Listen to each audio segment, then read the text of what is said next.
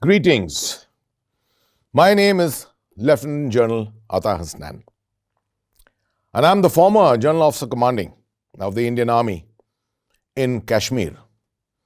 15 Corps headquarters is located at Srinagar, and I've had a fair experience of commanding troops and being a staff officer in the Kashmir Valley. I'm going to be speaking to you about Jammu and Kashmir. Why is this necessary? In India, all over, people get up in the morning and read the newspapers and they find something or the other to do with Kashmir every other day.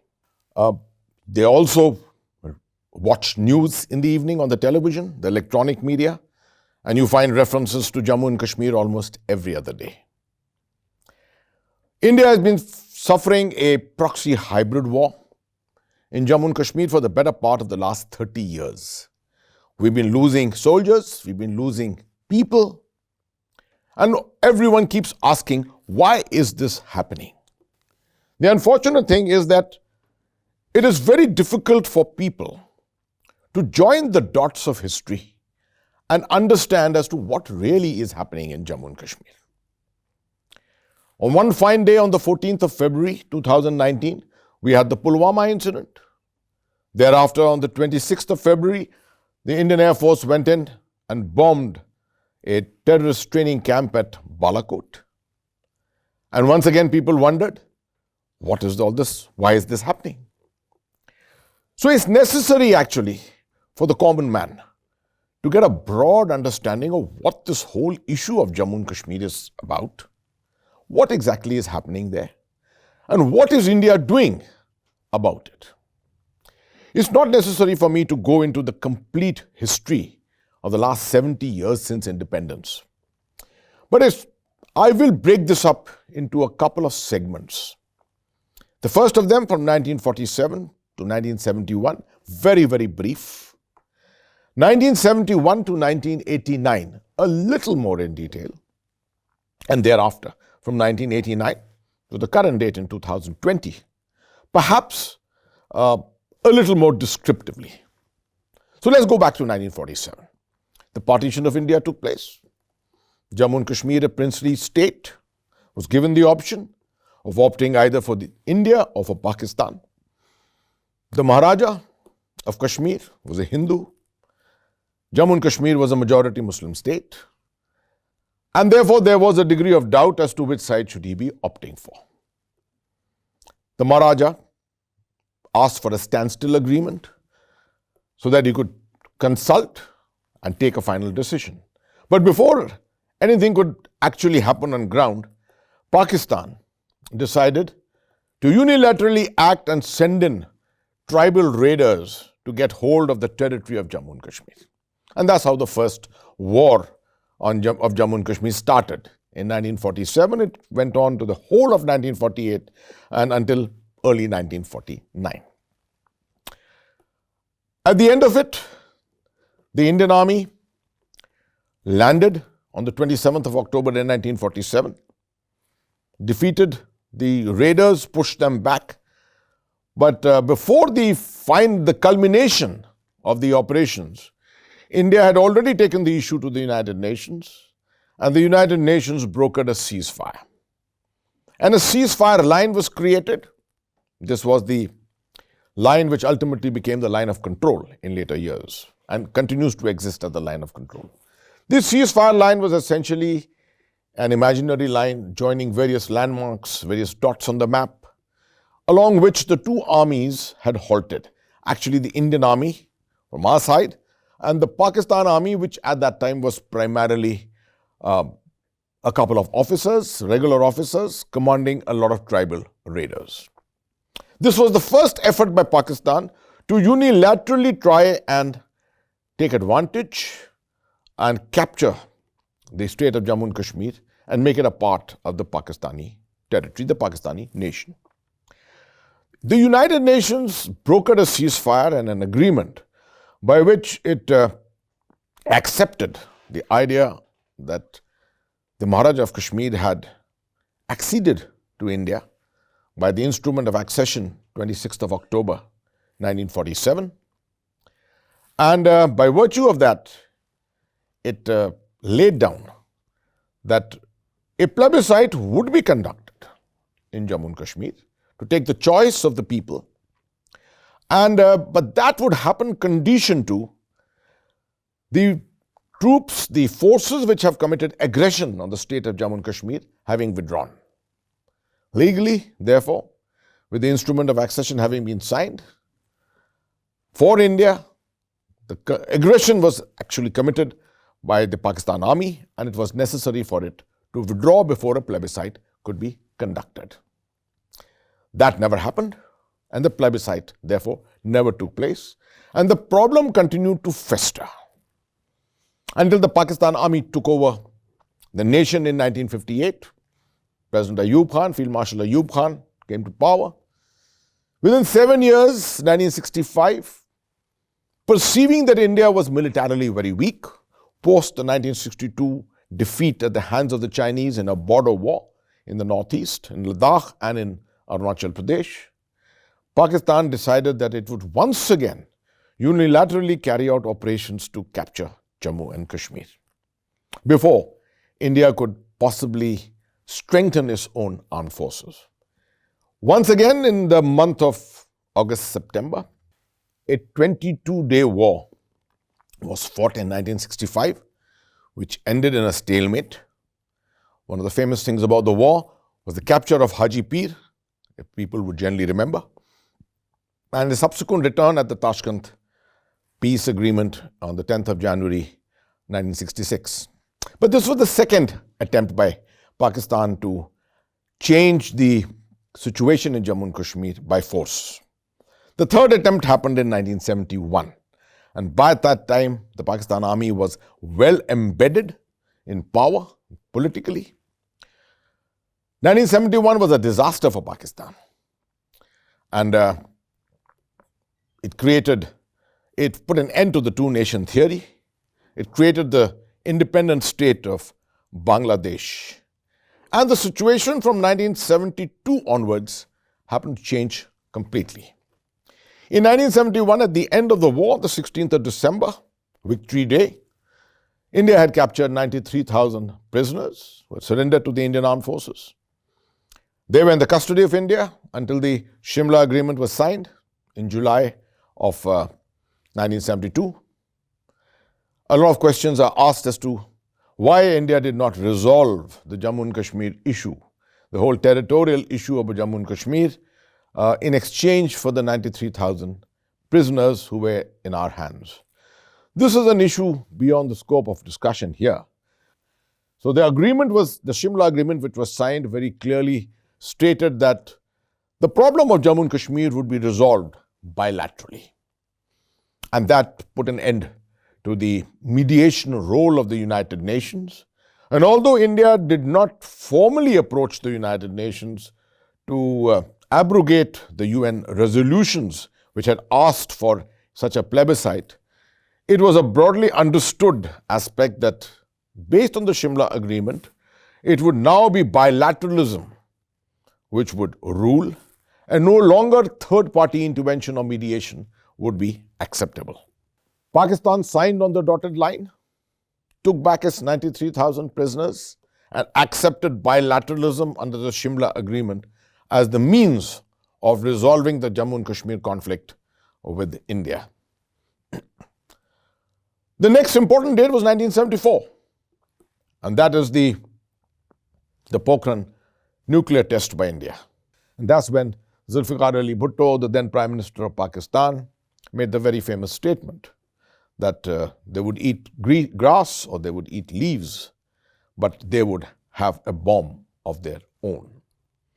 So this was 1974, and Prime Minister Bhutto, the civilian Prime Minister of Pakistan, was very much in power from 1972 till 1977, and it's in 1977 that a very important event occurred, and that was the coup d'etat in which General Zia-ul Haq took over power, jailed Mr. Bhutto, and ultimately hung him to death in 1979 on various charges. 1977 is a very important date in this entire Jammu and Kashmir conflict. Around this time, with the leadership of General Zia-ul Haq, President Zia-ul Haq, it was decided that somehow the Pakistan army would execute retribution for what happened in Bangladesh or East Pakistan and how India had managed to halve the territories of Pakistan. It was not the Zia doctrine which emerged from this, recognized the fact that it was not easy. It was not going to be easy to defeat India on the conventional battlefield. It was necessary, therefore, to find a way by which Pakistan could engage India militarily and prevent it from achieving its rightful, true aspirations to be a regional power and a bigger power subsequently.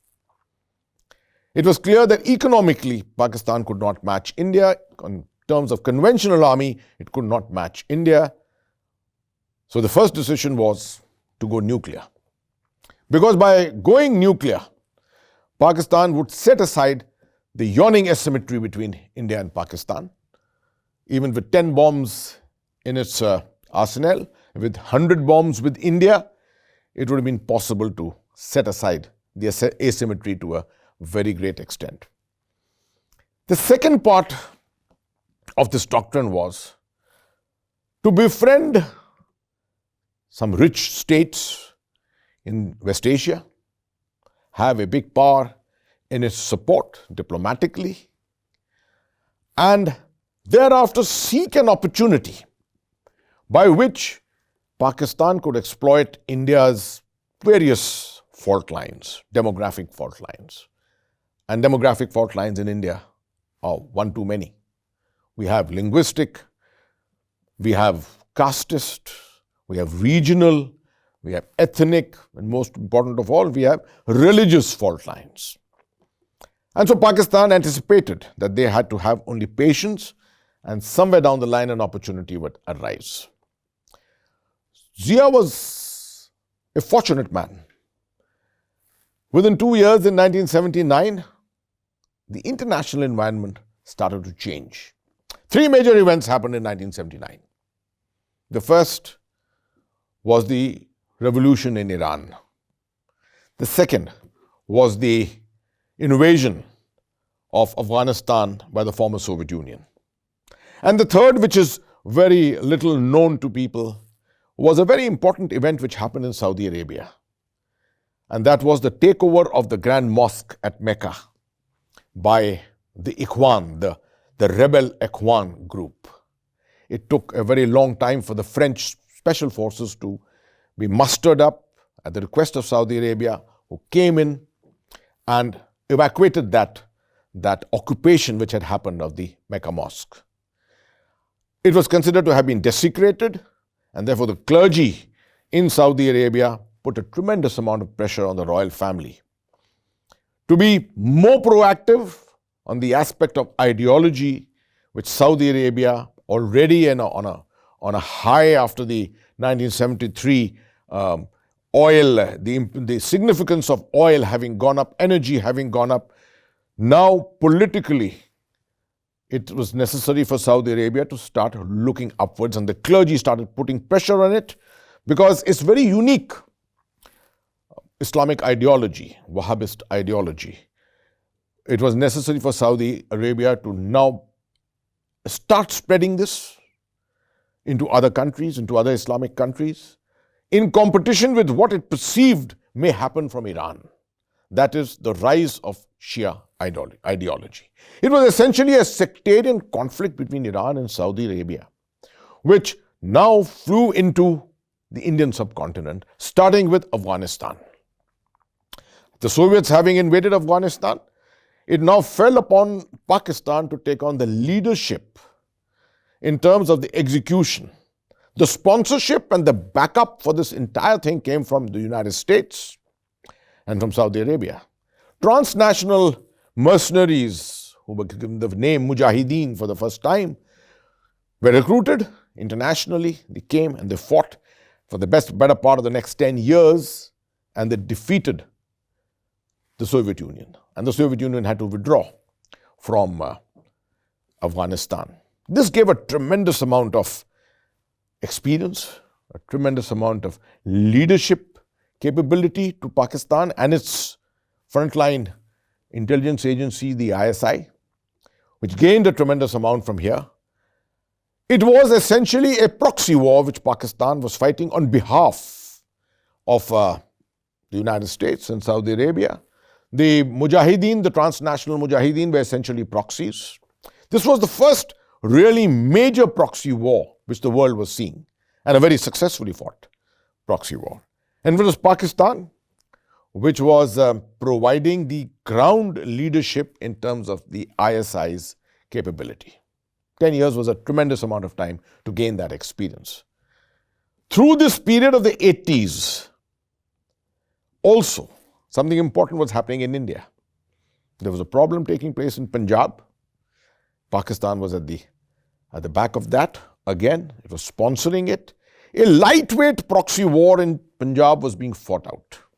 So, Pakistan could not fight two ends, the East and the West, and therefore gave priority to Afghanistan on the West and did not pursue as energetically the so-called proxy war in Punjab. This happened till 1989. And by that time, the Soviets had been defeated, had withdrawn. The world was changing. The Soviet Union was breaking up. It finally broke up in 1991. So this is the very important date, 1989. Let's just see exactly what was happening in India in 1989. Jammu and Kashmir had an election in 1987, an election in which it was alleged that there had been some political manipulation and maneuvering by which it was not considered a very fair election. It became a trigger and caused some amount of turbulence in the streets of Jammu and Kashmir. Pakistan looked at it and felt it was a trigger, it was an opportunity that it could possibly exploit. However, it did not go whole hog in 1987. 1989 is a very important date. It is the year in which lots of things were happening in the subcontinent. And when we address a problem of this kind, when we assess an issue of this kind, we primarily look at it from different angles. The best way of looking at a strategic issue is to see it from a political, a military, a diplomatic, an economic, and a psychological domain, from all these dimensions.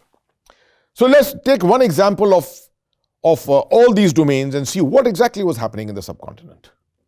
In 1989, politically, India had a tremendous amount of instability at the center.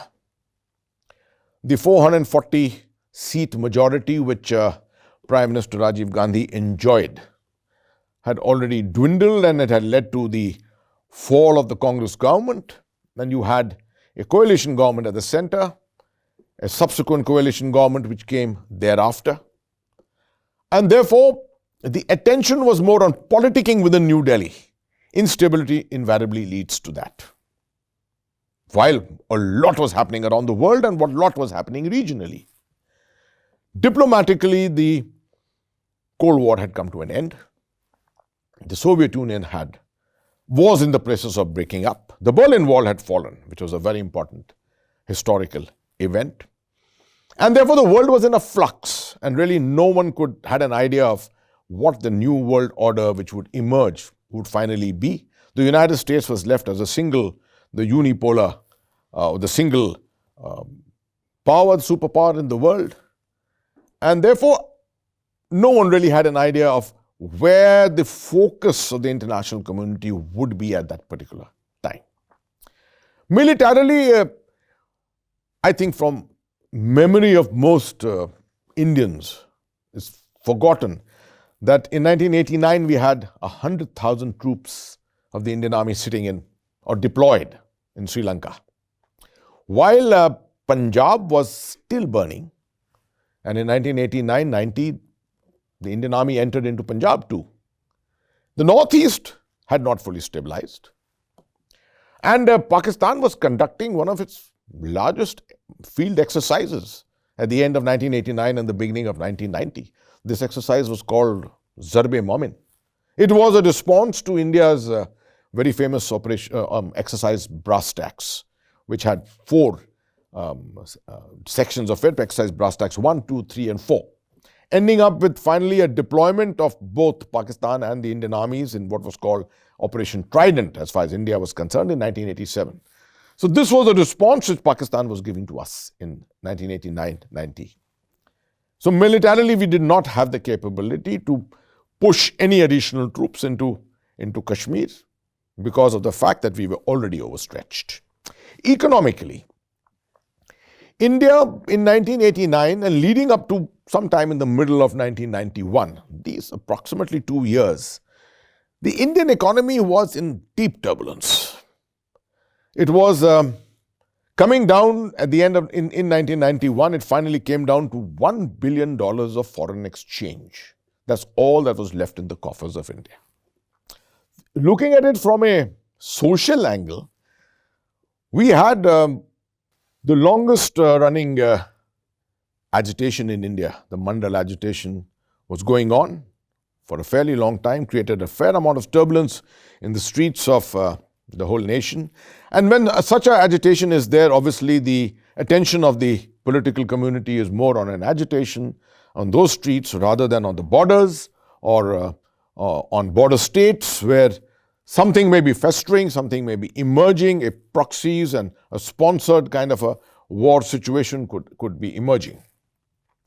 So when you put all this put together, the political, the social, the economic, psychological, diplomatic angle, when you put it all together, you realize India was actually in a very weak state.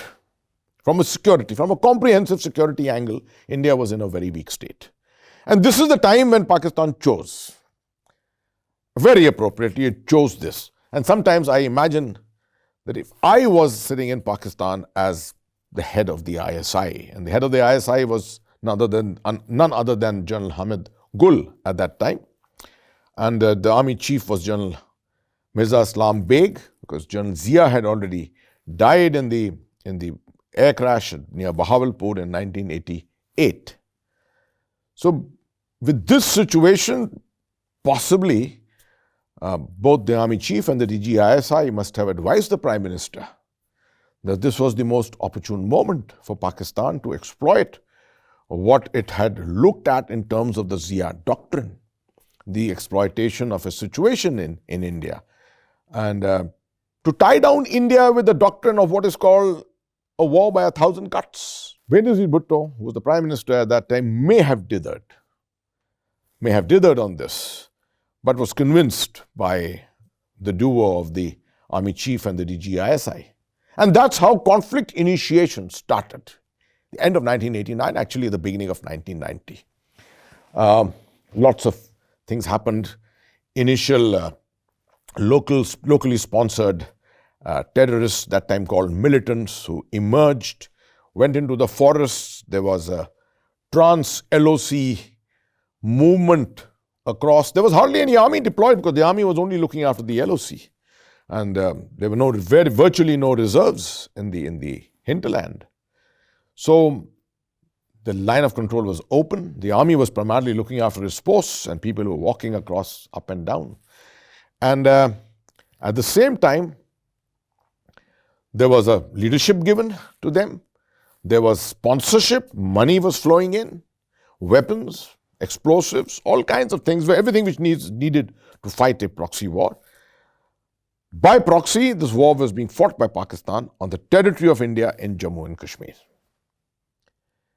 That leads us to one of the very iconic events of this entire period, and that is the 19th of January, 1990.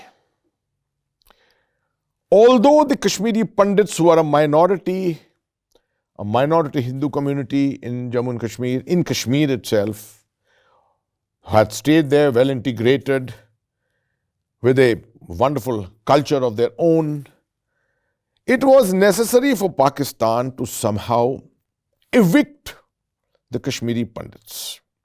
Now, there's a lot of rationale for this kind of an understanding as to why this was necessary. What we have to understand is that Jammu and Kashmir, and particularly Kashmir in the valley as such, has a very benign, a very tolerant and accepting kind of a religious culture. Essentially, it is the Sufi ideology. And it has well integrated, well merged, very Indianized, but that is very close also to India's secular image and the whole idea of secular India. One nation, the entire nation being a one nation. It was important for Pakistan to send across the message.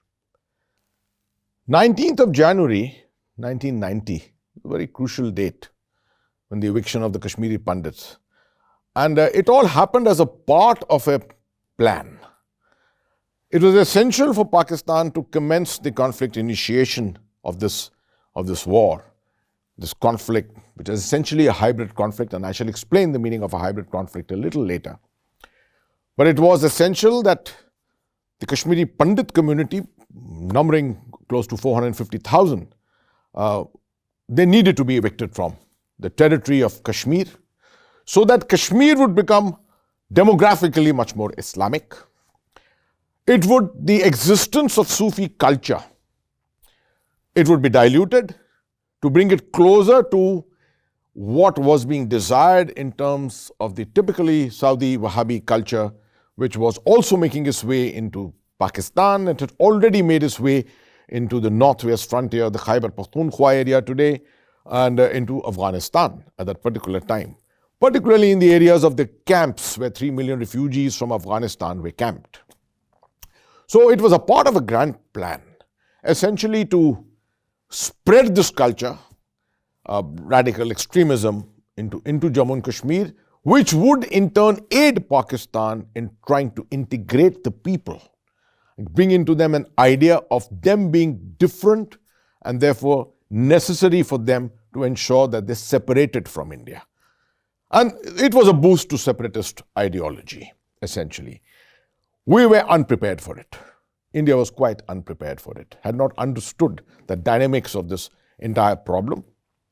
It was too early with the world, as I already stated, with the world changing very rapidly in 1989-90. It was not very easy to perceive this, and the leadership perhaps went a little astray. And it led to a fair amount of killings of the Kashmiri Pandits, who had to move out almost overnight in a matter of a couple of days. And that was really the trigger point for this conflict to go beyond. What Pakistan chose very consciously was not the conventional domain of conflict. Very correctly, as assessed as a part of the Zia doctrine, it decided to launch a proxy hybrid conflict. Hybrid essentially means, when you look at the spectrum of conflict, there are different domains in it. The conventional military domain is one of them. Militancy, terrorism, the whole gamut of financial war, economic war, diplomatic war, legal war. There are all kinds which make up the spectrum of conflict or spectrum of war. You can pick and choose out of them, decide your level of intensity, and create a package which can change from time to time dynamically, as has happened over the last 30 years in the case of the proxy conflict war in Kashmir. But right at the outset of the conflict initiation period, which lasted from 89 to say sometime around 1992-93, the conflict was essentially local. But within 2 years, it was realized that the ability to recruit sufficient cadres, capable cadres, to fight this for a longer period would become a major challenge. And this is just a period when the war in Afghanistan had ended. Couple of thousand transnational mujahideen from different countries in North Africa and West Asia and Central Asia were available. They were recruited and sent as mercenaries to assist as foreign fighters in the territory of Kashmir, spreading into south of the Pir Panjal into the area of the Jammu region too. The Indian Army went into hyper mode to address this whole issue. And we fought major engagements on the line of control, in the hinterland, eliminating a very large number of these militants, who we called terrorists. And by 1996, the pipeline had virtually dried up. That was the achievement of a major achievement of the Indian Army, which it had dried up the pipeline of the foreign mercenaries. It is 1996 that the nature of this pipeline changed. And you found that with the non-availability of the transnational Mujahideen, so-called Mujahideen, now it was essentially the Pakistani element. And the major group was the Lashkar-e-Toiba, which has changed its terminology, its name a couple of times. Today is known as the Jamaat-ud-Dawa. And the Lashkar became the prime terrorist organization led by Hafiz Saeed from 1996 onwards, until it got a competitor in the form of the Jaish-e-Mohammed in the year 2000, after the famous hijacking incident and Maulana Azhar Masood's release from Indian jail and his return to Pakistan. And he became the ideological and subsequently the complete head of the Jaish-e-Mohammed. So this was the situation in 1996. In the middle, it's important to explain what exactly happened between 1992 and 1996. 1996 is a very important landmark year again, when the nature of conflict started changing. In 1996 also, the government of India decided to introduce democracy, return democracy to Jammu and Kashmir. And you had, a 7 or 8% turnout, but that was considered to be sufficient to send home the message to the world that India was making a major effort towards democratization again. So 1996 was the democratization, and 1997 it progressed onwards. And I think it's a very important thing for me to mention that in 1997, perhaps for the first time, the Indian Army introduced what is called Operation Sadbhavna. A lot of people have heard about Operation Sadbhavna. Let me very briefly describe it. It is essentially the aspect of humanization of conflict. The understanding and recognition that the center of gravity in such conflicts is not related to weapons, is not related to the strength of terrorists or the strength of the army and things like that. The center of gravity is essentially the people themselves. And if you want to analyze this a little further, then in later years, we started looking at the center of gravity as not just the people of Jammu and Kashmir, but also the entire idea in their minds, the idea of Azadi. That Azadi was possible with the kind of sponsorship which Pakistan was providing to them, that Azadi was possible. It was important for India to do two things. Number one, win back the population, get back the support of the population. And number two, remove the idea that Azadi was possible through the route of violence. Unfortunately, tremendous efforts were made by the Indian Army on this. But these did not somehow reach the right quarters in terms of understanding and the kind of backing and support which was required politically. What the army managed to achieve many times through this conflict over the last 30 years was to continue to reduce the strength of terrorists. I may state that at the outset, there was a strength of almost 7,000 terrorists in Jammu and Kashmir. And over a period of time, these dwindled, kept coming down. And we always awaited what is considered a principle in such counterinsurgency, counter-terrorist situations. A basic principle that the army, the police, can bring the situation up to a point through its operations, through its kinetic operations. But beyond that, it has to be undertaken, the initiatives have to be undertaken politically. And that's exactly what has happened in this conflict. Let me also take this opportunity to explain one other very important aspect of the strategy which India adopted of fighting this conflict. hybrid conflicts, the rule, the age-old adage is, have to be fought the hybrid way. Since they are hybrid in nature and there are different domains which are combining together against the nation, you cannot fight only in a single domain. What India chose, and it's more out of the lack of experience, most nations around the world have chosen that kind of a strategy, was to target the terrorist. So it was the military domain which received preeminence. And we kept on celebrating the whole idea that we have reduced the strength of terrorists, and therefore victory in such a conflict was imminent. Victory in such conflicts is imminent many times, but it never delivered. It's not delivered. It is only delivered when finally the people of that area, the region, finally identify themselves with the nation, integrate themselves with the nation. That is the final victory. So if someone were to ask me as to what is the aim, what should be the aim of the Indian Army, okay, let's say in the year 1998, 1999, what should be the aim of the Indian Army, or what should have been the aim of the Indian Army at this stage? I would say to mainstream the state of Jammu and Kashmir, mainstream the people of Jammu and Kashmir to the rest of India. In the political, economic, social, and most important, the psychological domain. And I would put a bottom line at the end to say that when the local population says Jai Hind voluntarily, that is the day when India must celebrate. That has not happened, perhaps.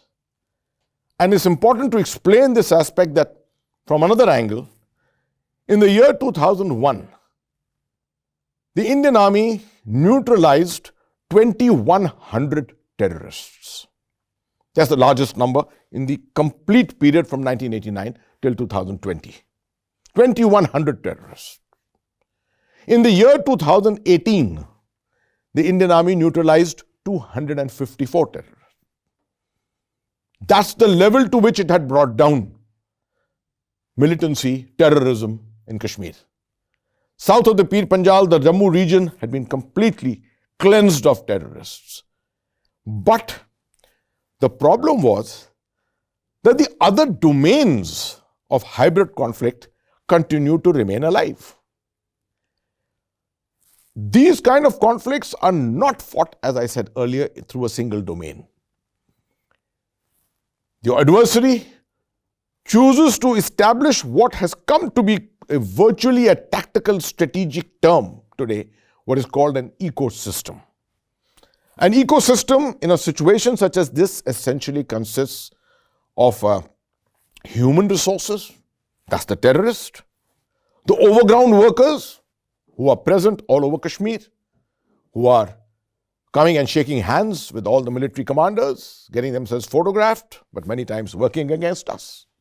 There are ideologues, many of them from the Jamaat-e-Islami and other parties. There are separatist leaders, they are separatists themselves. There are lots of people working as government servants.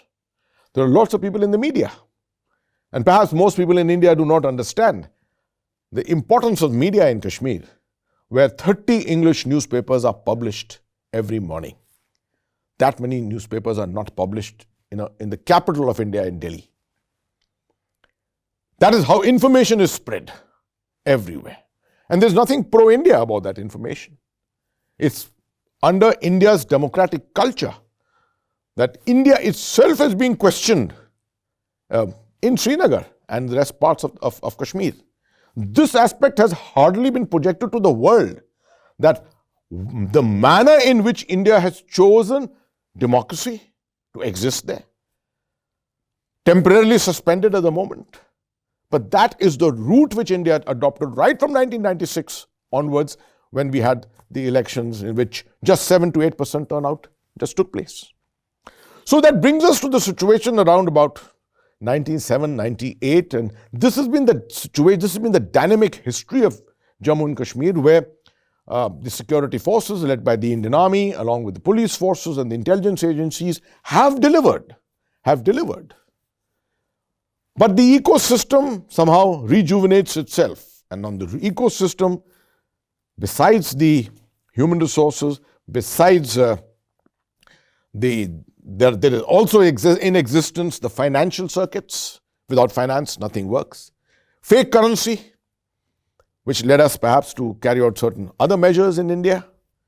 Also, wherewithal, military wherewithal, grenades, improvised explosive devices, AK-47 rifles, without which a violent terrorism cannot really take place. And most importantly, ideology.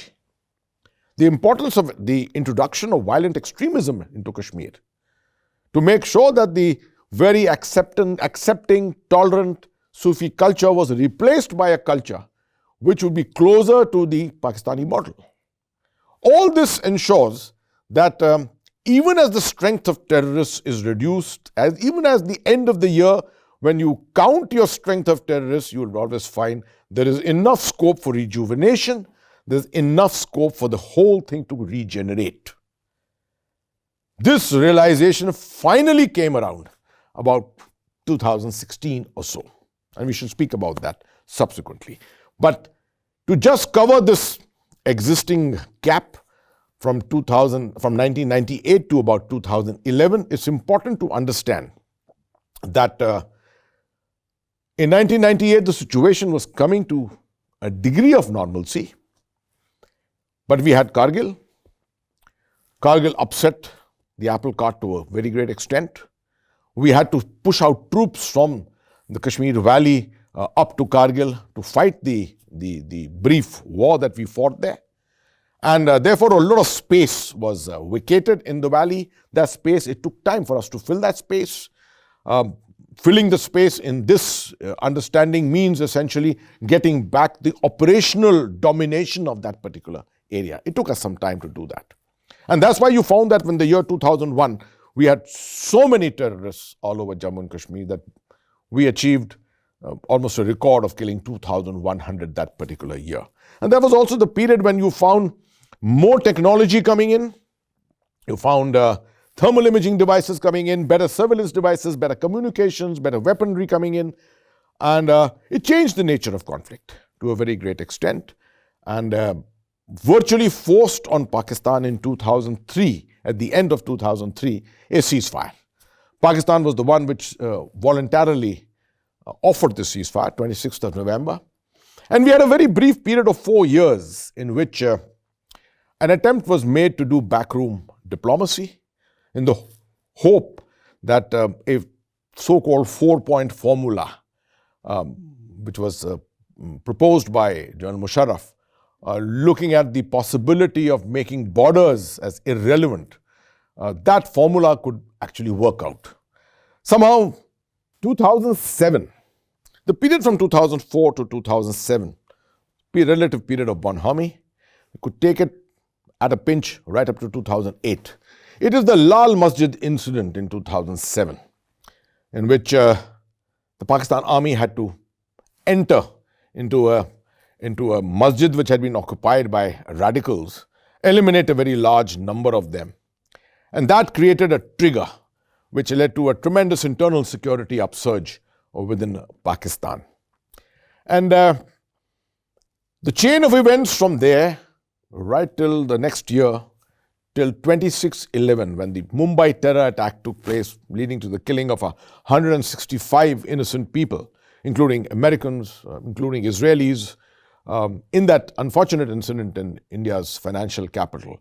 That effectively put an end to the Bonhomie, which was looking to be developing between India and Pakistan at that particular time. And we then entered into a period from 2009 to 2011 in which the strength of terrorists had already been brought down to a fairly low level as a result of the construction of the fencing on the line of control, the idea which had been put out in the time of General Nirmal Vij, executed by all the formations of the army.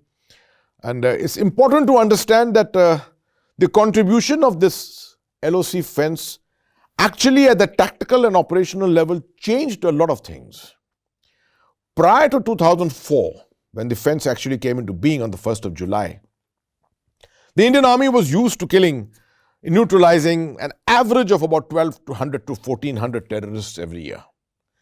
But at the end of the year, when you took a count, you found that about 1,700-1,800 terrorists had managed to infiltrate. So the body count at the end of the year was always somehow in favor of the terrorists and their sponsors on the other side of the line of control. It is the coming of the fence, and the fence was not just a physical obstacle by itself. It also had surveillance devices on it. It had early warning systems on it. It became a system unto itself, and the units started taking ownership of the segments of the fence which were given to them. With that, the focus of counter-infiltration improved tremendously. And we started from 2005 onwards neutralizing more terrorists around the year, including the number of terrorists who were neutralized on the fence while infiltrating, than the number of terrorists who could successfully infiltrate. And therefore, from a very high numbers, from the high quantum of terrorists which existed in Jammu and Kashmir, by 2007-8, the strength was dwindling down to not more than 500 to 600 terrorists. And that's when a new form of a new strategy started. As a part of the proxy hybrid conflict, a new thing started, and that was street turbulence. The inspiration for this perhaps came from the Intifada 1 and the Intifada 2, which had happened in Palestine against the Israelis. And it essentially focused and believed in the people's domain. The ability to muster up sufficient people, and particularly young people, in the streets.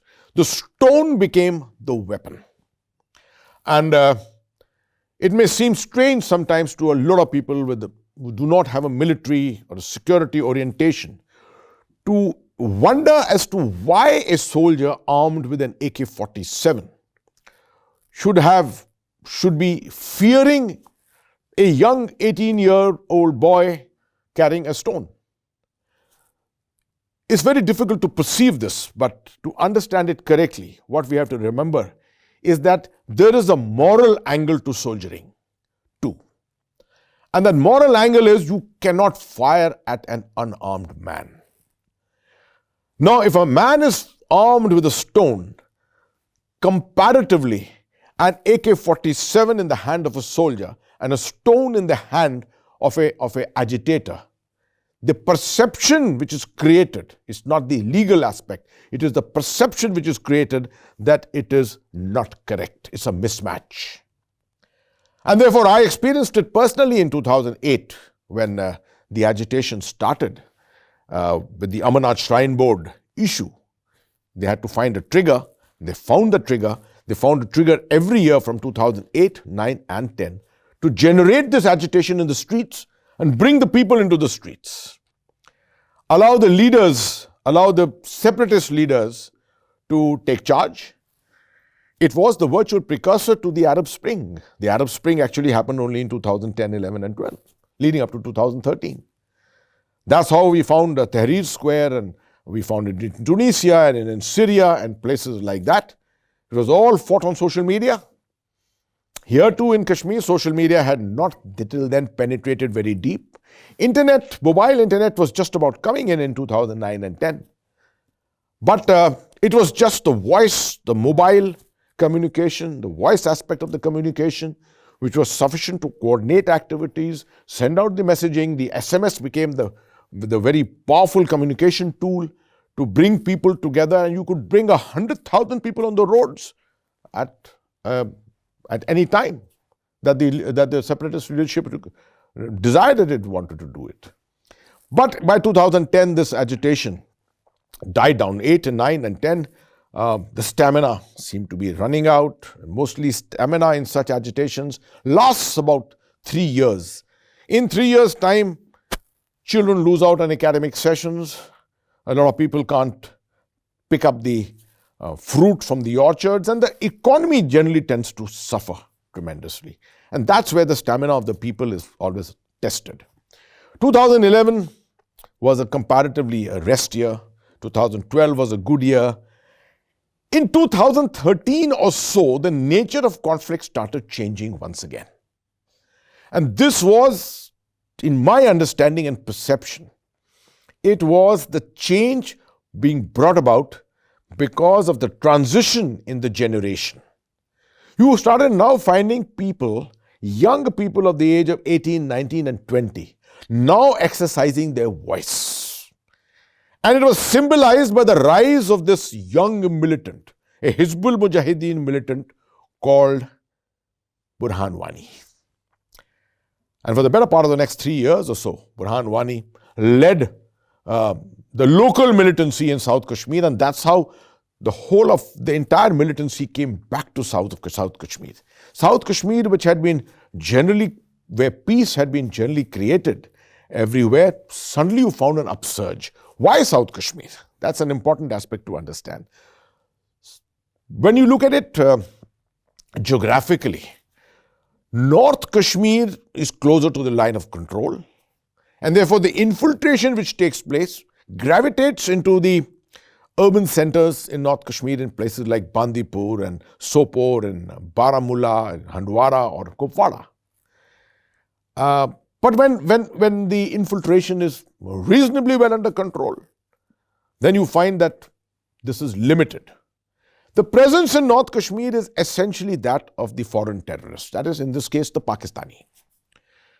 But in the South Kashmir area, which is bordering the Pir Panjal, closer to the Jammu region, this is the area which is traditionally the richer area of Jammu and Kashmir. The better quality of apples come from here, from Shopian.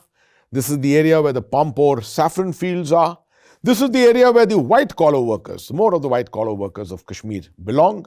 Better educated community of people. It is centered around major population centers such as Anantnag, Shopian, Pulwama, Bijbihara, Avantipur. These are the broad segment of area. And this in 2013 or 12 or 13 once again started coming alive, particularly because of the return of the Hizbul Mujahideen, the local terrorist outfit led by, at that time, given greater substance by the leadership of Burhan Wani. And 2016, finally, Burhan Wani was killed. And that led to a phase from 2016 to 2019 where tremendous amount of street turbulence. They realized that the terrorist strength was insufficient, and it was important that the people of South Kashmir get involved into the entire militancy. And that's why you found cases where the army the police, the CRPF attempting to try and catch hold of terrorists, reduce a particular terrorist, not a camp, but a hideout. You found that even before the army could reach there, the message used to go out on the mobile networks to the people, and the people were already there agitating in front and defending and protecting the terrorists. This was a very challenging, emerging, very challenging situation which was there in Kashmir.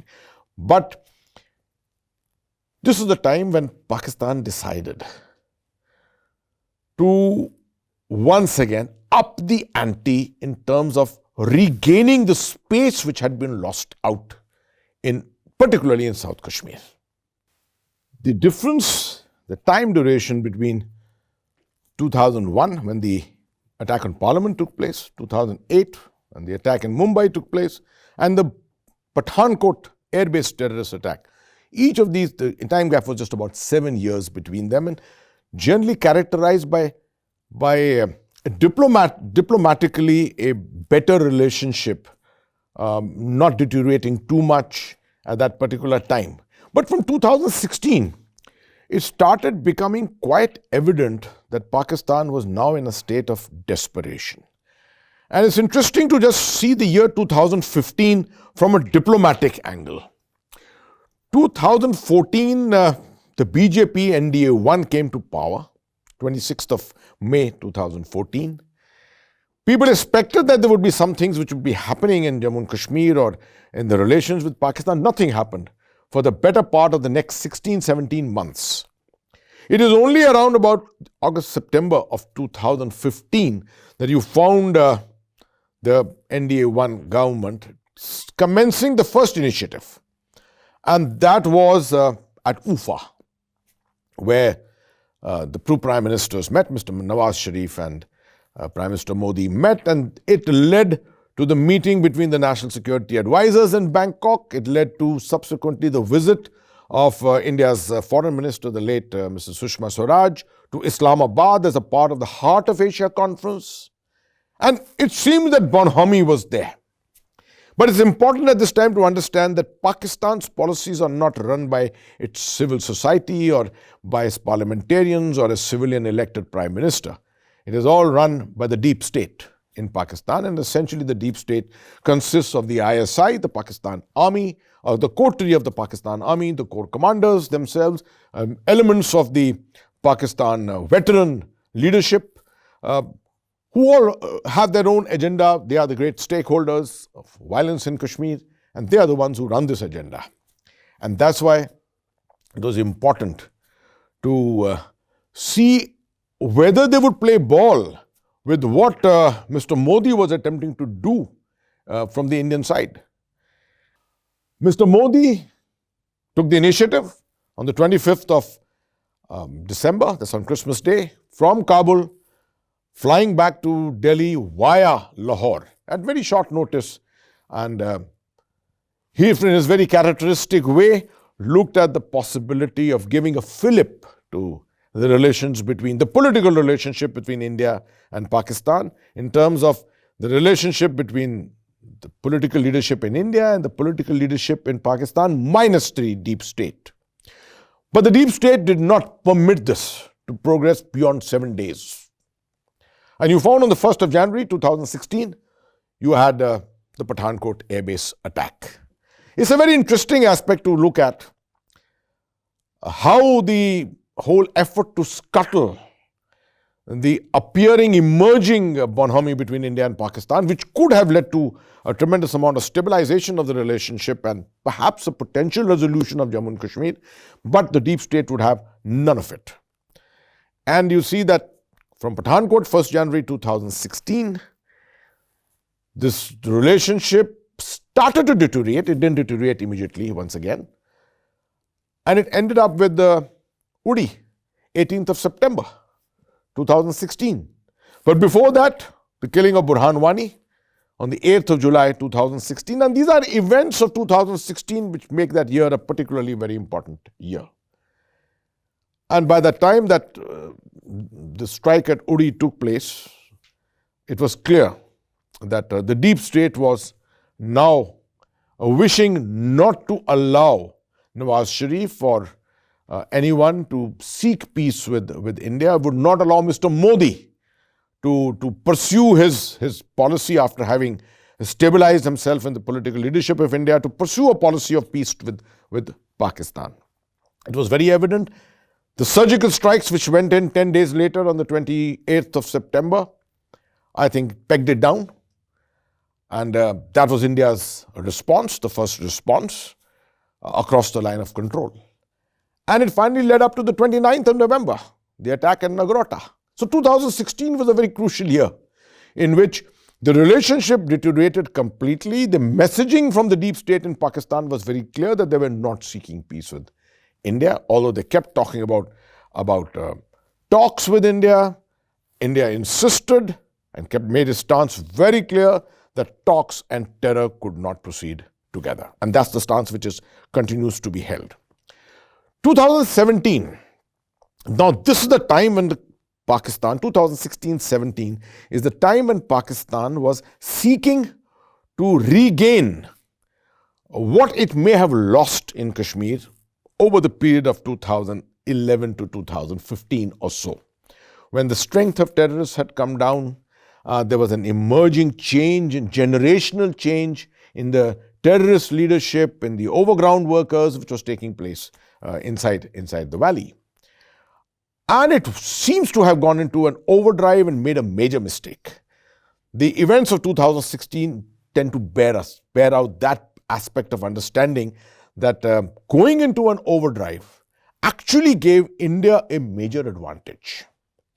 Because from the 1st of January 2017, the Indian Army, the CRPF and the Jammu and Kashmir, now much better integrated together, decided to launch what is called Operation All Out. And went after the terrorists. The terrorist leadership in particular, I think close to 19 or 20 terrorist leaders were gunned down. One of the initial attempts of the ISIS, the Islamic State, to enter into Kashmir was neutralized completely. An attempt by the Al-Qaeda to enter into Kashmir was neutralized again. So a lot was achieved in 2017 and 18. But what we need to realize in 2018 was, as said earlier, that the security forces neutralized 254 terrorists, but 190 got recruited locally in South Kashmir. 75 came in by infiltration. And infiltration is something, counter-infiltration, you achieve a lot, but making it a zero figure is something almost impossible. So 75 came in by infiltration, 190 were recruited locally, and you found 265 terrorists being created for the 254 who had been eliminated. So at the end of it, it was the terrorists who seemed to have got the ascendancy. So this situation can fester. This situation can carry on in this particular manner. And although the situation was stable, terrorist leaders had been neutralized, but Pakistan, out of the blue, in 2019, having seen that the overall ascendancy of the security forces was on the rise, and that after 2016, the Indian security leadership at Delhi and Srinagar was now addressing different domains of the ecosystem. It was addressing the financial circuits. It was looking at different banks in Jammu and Kashmir. It was not allowing money to come in legally or illegally into the coffers of the separatists. It was going after the overground workers. It had marginalized the media, the separatist media elements. A lot had been achieved by going after this, after the hybrid warfare system, the ecosystem itself.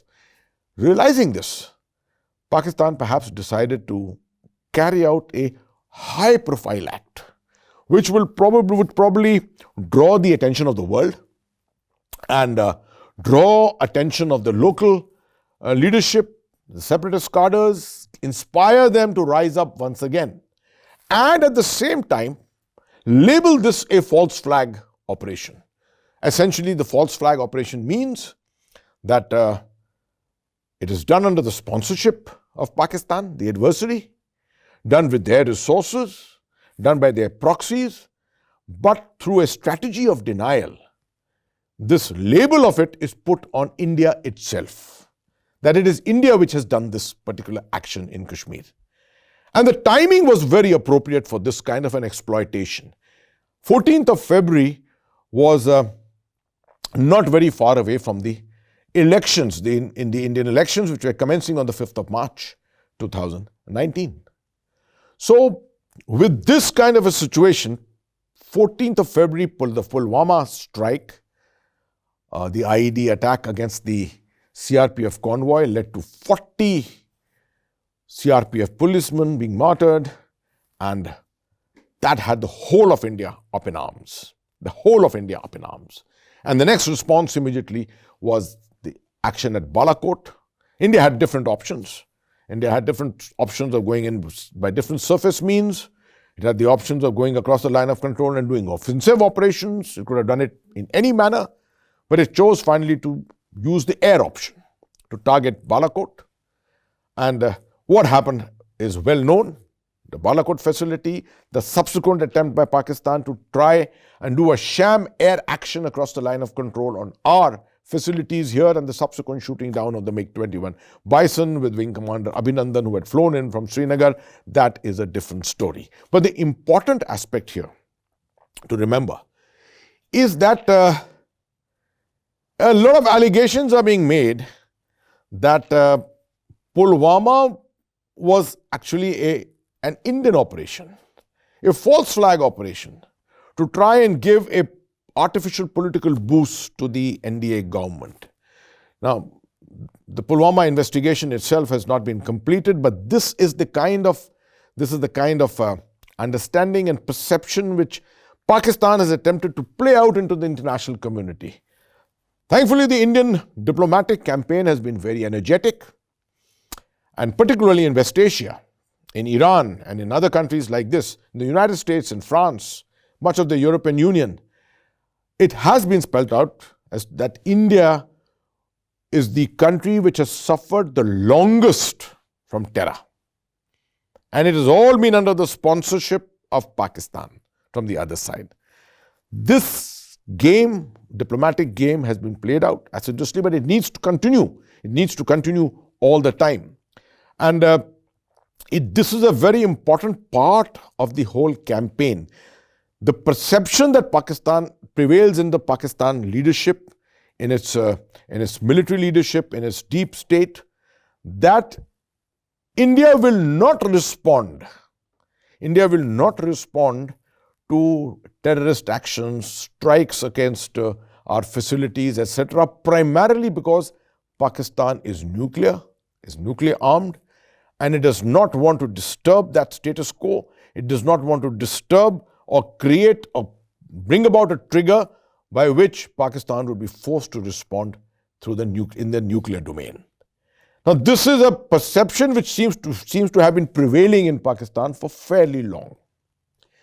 However, the surgical strikes of 2016, 28th September, and the Balakot strike of 26th of February, I think have sent home the message very clearly that below the nuclear shadow, which seems to be dominating the subcontinent, below the nuclear shadow, there is enough scope, ample space for India to be able to respond in the conventional domain, keep it calibrated, and keep the entire escalation matrix under its control.